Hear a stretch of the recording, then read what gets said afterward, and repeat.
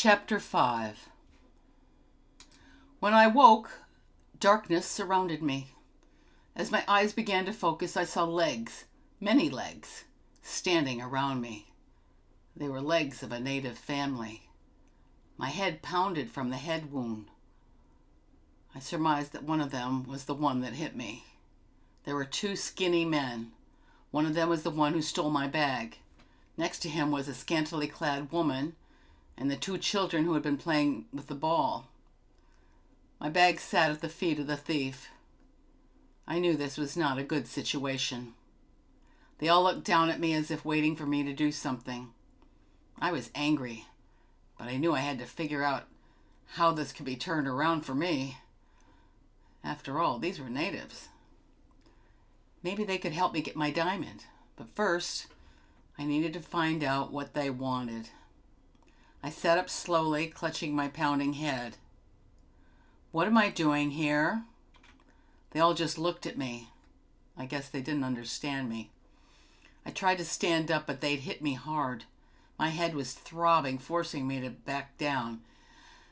I asked from a sitting position again. What am I doing here? I looked from one to another, trying to gauge if they understood me. With again no response, I forced myself to stand. I pointed to my bag of tools. Please give me my tools, I begged. There was no sign of understanding. I then tried pantomiming my words, hoping they would understand me.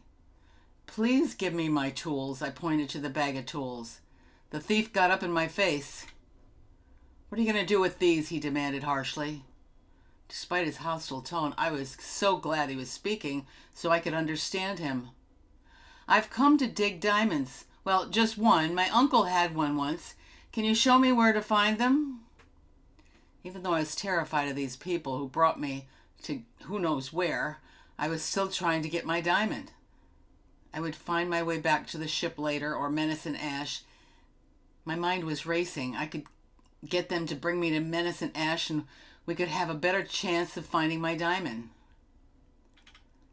I tried to smile and be friendly, looking despite my pounding head. The thief stood and glared at me. Then the other man stepped closer with the woman. The woman turned to the man and said something in their language. I didn't like her eyes darting back and forth at me and the thief as she spoke. The thief sort of smiled, making me think that everything would be okay, and then without hesitation he grabbed my shirt, ripping it open, revealing my breasts. I screamed. I was shocked anyone would do that. I quickly pulled my shirt closed. Never had anyone ever done anything like that to me before. I came from a good family. Women do not expose their breasts. Then, to my surprise, the thief shouted at me, "A woman!" I didn't know what that was supposed to mean. Judging from their faces, it must be a good thing, or else they wouldn't be smiling like they all were. "A woman dares to come to Rugistan for diamonds," he laughed as if he'd just heard a joke. Yes, I didn't see the humor and was offended, but I tried to make the best of the situation. I needed help, and since they were glad I was a female rather than male, I think things were going well. The thief then ripped my shirt, turned to the other man and woman talking in their tongue, so I didn't understand. The thief turned to me and smiled. Then the thief said, "We are not positive where you will find the diamonds. They are elusive, but we will take you tomorrow up the mountain to where they might be." Oh, this was great news. They would help me find my diamond. I didn't understand why they liked me as a female. They didn't threaten me physically. I was, however, suspicious since they hit me over the head, but if they help me find a diamond, I'll forgive them. Then I told them, "I have two friends back in the village who are accompanying me. I want to go get them to help me." Immediately the other man said no. He had his hair in some kind of long braid running down his back. I'd never seen hair that long on a man before. "Only you," he said. It was the way he said it and pointed his finger at me that I didn't like it. I thought for a moment. They know where the diamonds are found, and I have tools. I wish Menace and Axe were with me, but I thought I should take advantage of the situation, so hopefully I can find my diamond sooner or later. I thought Menace and Axe would understand, especially if I get a big one. I started to think about why only me. Maybe they don't like white men, but like white women. I thought I'd try again. But they're supposed to come with me. Immediately the other man snapped, "No, only you," said the thief in a demeaning tone. That scared me. "Why?" I asked, not understanding what was going on here. The woman stepped towards me. She wore a tiny skirt and a bra-like top. She had long braids down her back. She showed me her partial tooth smile. In a soothing tone, she spoke to me. The mountain waits for you, a woman. It is a legend that you would come. The gods will reward us for helping you, but no others may come. It is special. We'll help you." Special, I said to myself. What was so special?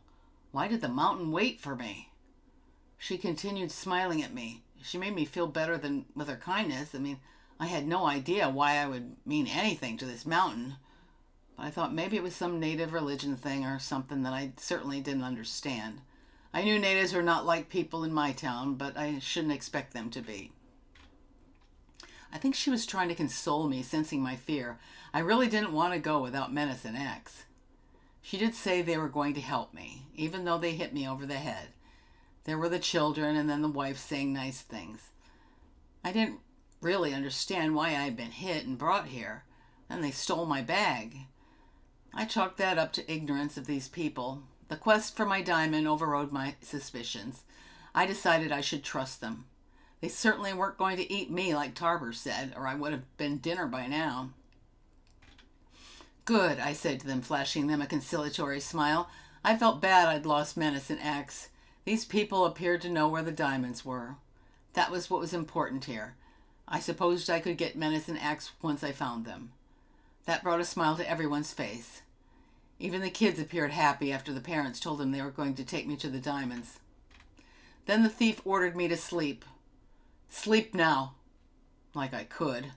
I was too wound up with everything. I wondered about Menace and Axe and what they thought when I came up missing. I felt bad for them, but hopefully I can make it up to them after I get my diamond. Maybe I'd find them one too. My mind just churned away, dreaming of finding my diamond and going home. Seemed like it wasn't long before I could see Red peeking up behind the mountain. The woman yelled at me, "Up! We eat then go!" She handed me a strange yellow fruit, some water, and also some strange tasty cakes. Even though it was strange, I ate it. I hadn't eaten since breakfast the previous day and was hungry. While I sat on the ground eating, the woman who I'd learned his name was Weema was married to the thief Todre. The other man, Arwell, was Weema's brother. They really weren't interested in conversation. Maybe because they didn't speak my language well. However, I did get their names so I could name who I was directing my questions. They packed up food and water into a woven bag. Weema was the one to carry that, while the men and children carried nothing. They allowed me to carry my digging tools. That also made me feel better. I had been worried they still meant to steal my precious tools. However, when I saw the both of the men pick up spears, and the man was carrying a giant knife in his belt, I got a little worried. I was afraid to ask either of them about the weapons, and I was wary to keep my distance. I walked closer to Weema and the children, who didn't really walk, but walk in and out of our trail. We traveled through a large stretch of tall grass after leaving the hut. The hut was one of about a dozen such huts in that village. As we passed through the village to the green fields, there was no movement or action by any people. It felt kind of creepy. Actually, I thought I saw someone peeking out at me as we passed a hut, but they never showed themselves. Beyond the tall grass was a jungle. It was thick with vegetation and a little scary. I had never been through a jungle or even seen one before, so it was kind of daunting to enter. The vegetation reached for the top of the trees, only allowing a little bit of light through. Arwell slashed at the vegetation with a knife, creating a path for us. I was feeling better about those weapons, especially when a giant snake dropped out of the tree before me. Arwell didn't kill it, but directed us around it as it slithered to the ground and in the opposite direction. There were enormous spiders, too, as big as my hand. I really hate spiders. Not a pleasant journey. Neither man spoke much as we traveled through the foreboding jungle. Weema only spoke to the children on our journey, usually to reprimand them for doing something they shouldn't be doing to keep walking. I assumed that the jungle led to the mountain where the diamonds were. I really hated walking through this jungle and couldn't wait to leave. I was attacked by bugs and bit all over. The natives didn't seem bothered or bit at all. I wondered why. Finally, the jungle thinned. Before us was a barren landscape with treacherous-looking rocks leading to the top of the mountain. The sun was up already and beating its rays on us. I was hot and sweaty and bothered incessantly by these little biting flies.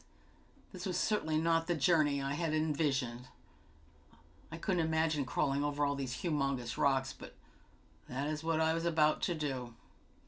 The men stopped and encouraged everyone to drink from their water sacks. How much further to the diamonds? I asked as I wiped the blood from the bites on my arms. Todre answered, "We must climb up to those rocks." He pointed to a huge boulder way at the top of the mountain before us. I'd never climbed a mountain before. I came from the city of El Morro. We had no mountains near us, no jungles either. I started to think about going back and getting Menace an axe. I wondered if Menace would have done this trip. He was old, and although he may have been strong when he was younger, I think he lost that strength, especially with all his drinking. The parents of the children didn't seem concerned taking their children up the mountain. I was concerned. After studying the climb ahead of us, I said, "Isn't this dangerous for the children?" Todre looked over at his wife as if this was a stupid question. They both shook their heads no. I didn't understand it. Maybe it was because I come from the city. Once everyone had drunk their water, we began to climb. First it was a strong incline that had little rock. Then it was all rocks. Big rocks, little rocks. And sometimes when you put your foot down, your foot would slip, almost sending you down the mountain. I found myself gasping for air. The natives didn't seem winded at all. I was tired. My bag strap from my digging gear was digging into my shoulder. My arms were full of bug bites and sweat. I was feeling miserable. "Please, can't we stop for a minute? I need to rest." I was begging. This was not easy. Todre motioned for everyone to stop where they were. I was worried the children might fall down the hill. I was worried I might fall down the hill too. It was a long way down. These rocks were slippery. The children had no shoes and neither did their parents. After resting for a very short time, Todre motioned for us to continue. My hands were bloody from clutching the boulders to keep from falling. I looked above. It seemed so far away. Luckily, there seemed to be a switchback ahead that were more level. There were bristled bushes periodically sprouting out of the ground. They were nasty. They had all these prickers that would stick to you. My clothes were covered with them. While I fought off the prickers, none of my companions seemed fazed. Of course, they had only something to cover their private parts. Perhaps their skin was tougher than mine because I was a bloody mess from them and the bugs. There was no evidence these people were stuck or bloody anywhere. Once we reached the switchback, I was feeling better. I was on solid ground instead of sliding down the mountain. The downside was that Todre picked up the pace. We were practically running up the mountain. Finally, I had to stop. I was so tired. My legs hurt, too. "I have to stop," I yelled to him. "We must move on," he yelled back to me. I clutched the boulder that supported me. "There's no hurry," I said. The children had also stopped. I think they were tired, too. Then Weema, the mother, and Arwal each took a child and put them on their shoulders. Todre walked down to me. I could see that he was going to do the same to me. "Oh, no," I exclaimed. "I'll walk." I couldn't imagine why the rush. I was so tired. I dragged myself up the rocky hill. We still had a ways to the top. "You mean you can only find diamonds at the top? Maybe we should search here," I said as I looked around the terrain. I wondered if this was the kind of rock they were in.